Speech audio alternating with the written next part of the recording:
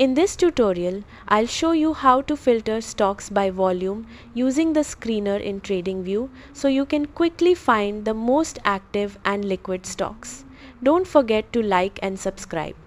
First, open TradingView and make sure you're logged into your account.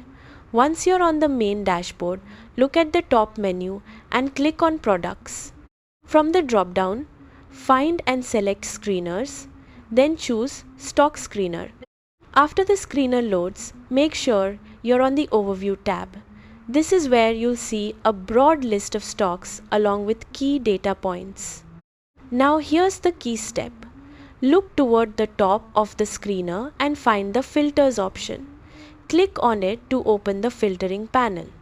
Inside the filters, search for Volume. You'll usually find options like Volume, Average Volume, or Relative Volume. Select Volume, then set your preferred criteria. For example, you can filter for stocks with volume greater than a certain number, like 1 million, if you want highly active stocks. If you're looking for unusual activity, you can use relative volume and set it above 1.5 or 2 to spot spikes.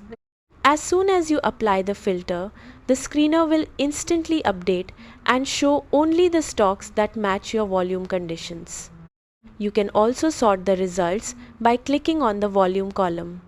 This will rank stocks from highest to lowest activity, making it even easier to spot opportunities. That's it.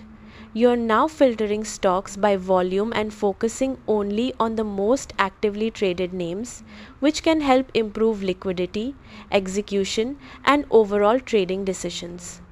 Subscribe for more TradingView tutorials.